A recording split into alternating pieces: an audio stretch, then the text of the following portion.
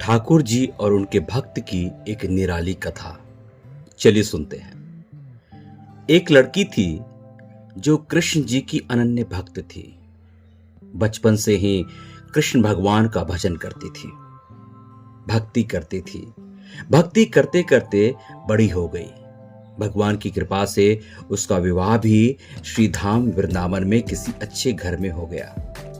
विवाह होकर पहली बार वृंदावन गई, पर नई दुल्हन होने से कहीं जा न सकी और मायके चली गई। और वो दिन भी आया जब उसका पति उसे लेने उसके मायके आया। अपने पति के साथ फिर वृंदावन पहुंच गई। पहुंचते पहुंचते उसे शाम हो गई। पति वृंदावन में यमुना किनारे रुककर कहने लगा, देखो शाम का समय है, मैं यमुना जी में स्नान करके अभी आता हूं। तुम इस पेड़ के नीचे बैठ जाओ और सामान की देखरेख करना। मैं थोड़े ही समय में आ जाऊंगा। यहीं सामने ही हूं, कुछ लगे तो मुझे आवाज दे देना। इतना कहकर पति चला गया और वो लड़की बैठ गई। अब एक हाथ लंबा घूंघट निकाल रखा है, क्योंकि गांव है, ससुराल है, और वही बैठ गई। मन ही मन विचार करने लगी कि देखो ठाकुर जी की कितनी कृपा है। उन्हें मैंने बचपन से ही भजा और उनकी कृपा से मेरा विवाह भी श्री धाम वृंदावन में हो गया। मैं इतने वर्षों से ठाकुर जी को मानती हूं, परंतु अब तक उनसे कोई रिश्ता नहीं जोड़ा। फिर सोचती है ठाकुर जी की उम्र क्या होगी, लगभग 16 वर्ष के होंगे। मेरे पति 20 वर्ष के हैं, उनसे थोड़े छोटे हैं, इसलिए मेरे पति के छोटे भाई की तरह हुए और मेरे देवर की तरह। तो आज से ठाकुर जी भी मेरे देवर हुए।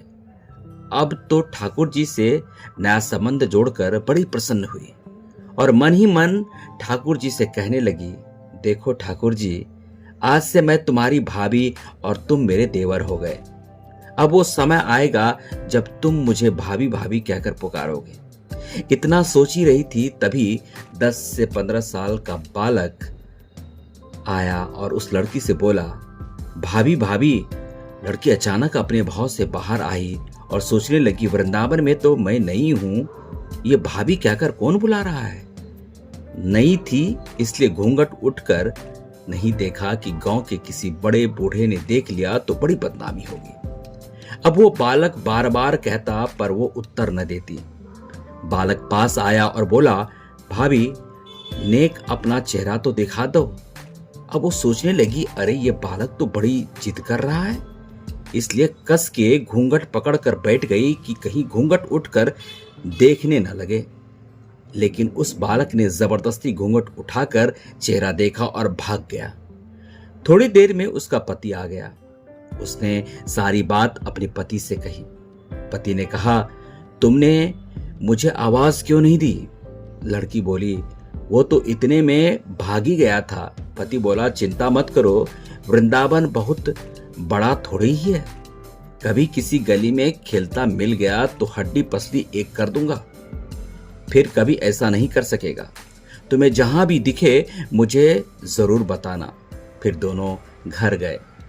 कुछ दिन बाद उसकी सास ने अपने बेटे से कहा, बेटा देख तेरा विवाह हो गया, बहू मायके से भी आ गई, पर तुम दोनों अभी तक बांके बिहारी जी के दर्शन के लिए नहीं गए। कल जाकर बहू को दर्शन करा लाना। अब अगले दिन दोनों पति पत्नी ठाकुर जी के दर्शन के लिए मंदिर जाते हैं। मंदिर में बहुत भीड़ थी। लड़का कहने लगा, देखो तुम स्त्रियों के साथ आगे जाकर दर्शन करो, मैं भी आता हूं। अब वो आगे गई पर घूंघट नहीं उठाती। उसे डर लगता कोई बड़ा बूढ़ा देखेगा तो कहेगा, नई बहू घूंघट के बिना घूम रही है। बहुत देर हो गई। पीछे से पति ने आकर कहा, अरे बाबली, बिहारी जी सामने हैं, घूंघट काहे ना खोले। घूंघट ना खोलेगी तो दर्शन कैसे करेगी। अब उसने अपना घूंघट उठाया और जो बांके बिहारी जी की ओर देखा तो बांके बिहारी जी की जगह वही बालक मुस्कुराता हुआ दिखा तो एकदम से चिल्लाने लगी, सुनिए, जल्दी आओ, जल्दी आओ। पति पीछे से भागा भागा आया, बोला क्या हुआ। लड़की बोली, उस दिन जो मुझे भाभी भाभी कहकर भागा था वो बालक मिल गया। पति ने कहा, कहाँ है? अभी उसे देखता हूं। तो ठाकुर जी की ओर इशारा करके बोली, ये रहा, आपके सामने ही तो है। उसके पति ने जो देखा तो अवाक रह गया और बोला, तुम धन्य हो, वास्तव में तुम्हारे हृदय में सच्चा भाव ठाकुर जी के प्रति है।